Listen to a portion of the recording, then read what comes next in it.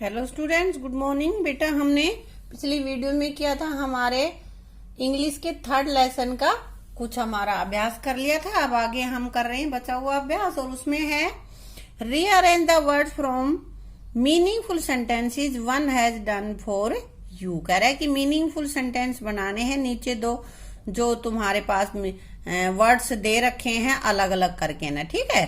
तो यहाँ पे है फॉर वेट मी। तो इसमें कभी भी सेंटेंस बनाने के लिए हमें क्या करना होता है? सबसे पहले हम लिखेंगे सब्जेक्ट। सब्जेक्ट के बाद बेटा वर्ब, हेल्पिंग वर्ब है तो हेल्पिंग वर्ब, मेन वर्ब है तो उसके बाद मेन वर्ब। अगर हेल्पिंग वर्ब नहीं है तो हम मेन वर्ब भी लिख देंगे, और फिर हम लिखेंगे ऑब्जेक्ट। यहाँ पे हमारे पास है फॉर वेट मी। यहाँ पे सब्जेक्ट अंडरस्टूड है, सब्जेक्ट दिख ही नहीं रहा है, तो यहाँ पे सब्जेक्ट नहीं है तो पहले फिर हम लेंगे वर्ब वेट फॉर मी। आगे है आर प्लेइंग दे फुटबॉल। इनमें से सब्जेक्ट कौन सा है? दे, तो यहाँ हमने दे लिख दिया। दे के बाद मैंने बताया था हेल्पिंग वर्ब। हेल्पिंग वर्ब यहाँ पे क्या है? Are, they are. उसके बाद फिर वर्ब लिखेंगे, वर्ब क्या है? प्लेइंग, और फिर ऑब्जेक्ट। यहाँ पे दे आर प्लेइंग फुटबॉल। आगे है सन द ब्राइट शाइनिंग इज। तो सबसे पहले सन को लिखेंगे, लेकिन सन से पहले द आएगा, द सन। उसके बाद हेल्पिंग वर्ब इज, फिर वर्ब आएगी मेन वर्ब शाइनिंग, और brightly. The sun is shining brightly. आगे हमारे पास है ट्री, फिर वाज, फिर देयर, बिग ए। अब इसका मीनिंगफुल सेंटेंस बने, पहले हमें क्या लिखना है? सब्जेक्ट लिखेंगे ना। तो सब्जेक्ट यहाँ पे क्या है? दिख नहीं रहा हमें, तो यहां लिखेंगे देयर वाज, हेल्पिंग वर्ब हो गई ना, और उसके बाद a big tree. There was a big tree, वहां एक बड़ा पेड़ था। Is very it small. तो यहाँ पे सब्जेक्ट क्या है? It.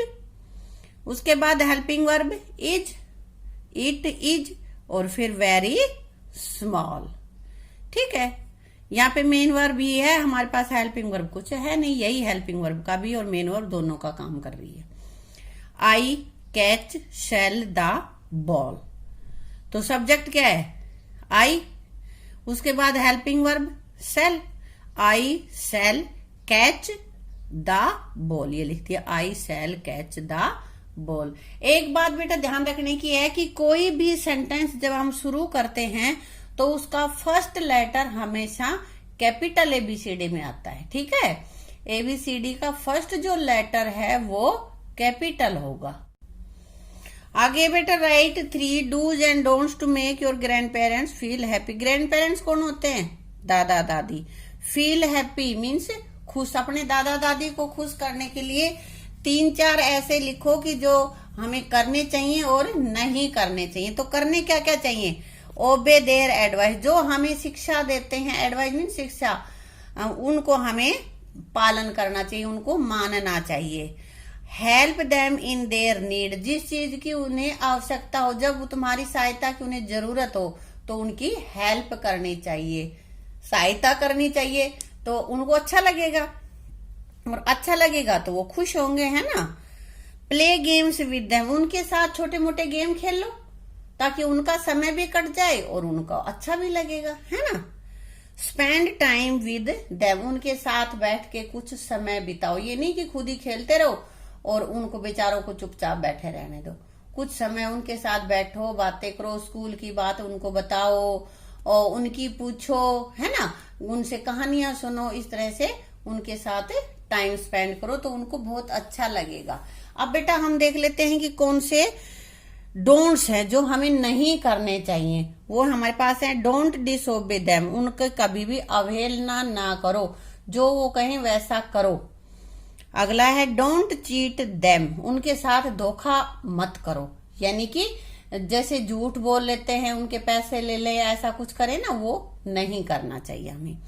Don't leave them alone, उनको ये नहीं कि अकेला ही छोड़ दे, उनको अकेला ना छोड़े, थोड़ा बहुत देर उनके साथ जरूर टाइम स्पेंड करेंगे, हैं। Don't make fun of them, उनका मजाक ना बनाए। जैसे कि कई बच्चों की आदत होती है, आपको नहीं पता या इनको तो आता ही नहीं है, इस चीज के बारे में पता ही नहीं है, ऐसे नहीं कहना चाहिए हमें अपने ग्रैंड पेरेंट्स को। ठीक है बेटा, यहाँ पे आगे है कि एक तुम्हें स्टोरी बनानी है, उसके कुछ जो कीवर्ड्स हैं, कुछ वर्ड्स हैं जो यहाँ पे दे रखे हैं, उनकी हेल्प लेके तुम स्टोरी बना सकते हो। जैसे N old man, 4 sons, quarreled, fell ill, sticks, broke, bundle of sticks, unable to break and decided not to quarrel। इस तरह की कोई एक कहानी बनानी है जिसमें कुछ ऐसे शब्द आए या इस तरह के वाक्य वो तुम यूज कर सकते हो। तो पहले लाइन इसने बना रखी है, once there was an old man, एक बार एक बूढ़ा आदमी था ना, एन ओल्ड मैन। हाँ, आगे हम क्या लिखे, उसके 4 sons, तो उसके 4 बेटे होंगे, है ना। ही हैड 4 sons, उसके 4 बेटे थे।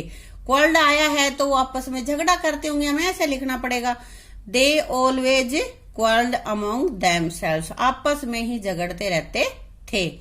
फार्मर वाज वरीड, और फार्मर इससे बहुत चिंतित था।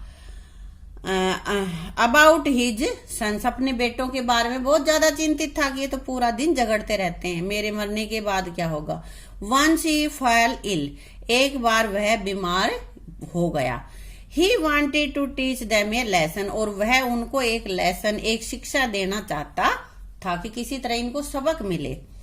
ही asked his son to bring a bundle of stick, यहाँ पे आ रहा है ना स्टिक्स, कि एक उसने अपने बेटों से कहा कि एक लकड़ियों का गट्ठा लेके आओ।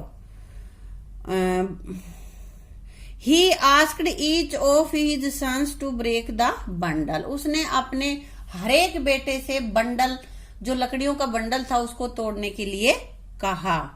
But no one could break it, परंतु कोई भी उसको नहीं तोड़ पाया, बंडल का बंडल, पूरा इकट्ठा बंडल नहीं टूट पाया उनसे। हैं, then he untie the bundle, और तब उसने, जब वो सब कोई भी नहीं तोड़ पाया तो उस बंडल को उसने खोल दिया। Now he asked his sons to break the sticks, अब अलग अलग छड़ी हो गई तो उसने अपने बेटों से कहा कि अब इनको तोड़ो। They easily broke the sticks, और उन्होंने आसानी से लकड़ियों को तोड़ दिया। जब वो इकट्ठी थी तो नहीं टूटी, और जब अलग अलग हो गई तो वो टूट गई। The farmer advised his son to remain united like the bundle, तो किसान ने अपने बेटों से शिक्षा दी कि जैसे बंडल में लकड़ियां इकट्ठी थी, ऐसे ही तुम चारों भी इकट्ठे रहो। If they remain united no one can harm them, यदि वो इकट्ठा रहेंगे उसके चारों बेटे, तो कोई भी उनको हानि नहीं पहुंचा सकेगा। अगर अलग अलग रहे तो जैसे लकड़ियां तोड़ दी अलग अलग करके, ऐसे ही वो भी नष्ट हो जाएंगे। The sons learned the lesson, और बेटों को सबक मिल गया। They decided not to quarrel, और उन्होंने झगड़ा न करने का निश्चय कर लिया, कि निर्णय कर लिया कि भाई अब हम झगड़ा नहीं करेंगे। तो इस कहानी से तुम्हें क्या सीख मिलती बेटा? यूनियन इज स्ट्रेंथ, कि एकता में बल है। इस कहानी से क्या शिक्षा मिलती है? यूनियन इज स्ट्रेंथ, एकता में ही बल है। तो बेटा ये हमारा लेसन कंप्लीट हो गया है, और इसके बाद हम अपना अगला लेसन करेंगे। इसको लर्न कर लेना, और इसके सारे अभ्यास पीछे की जितनी भी वीडियोज करवाई हैं उनको देख के ना, और उसमें कर लेना। Thank you.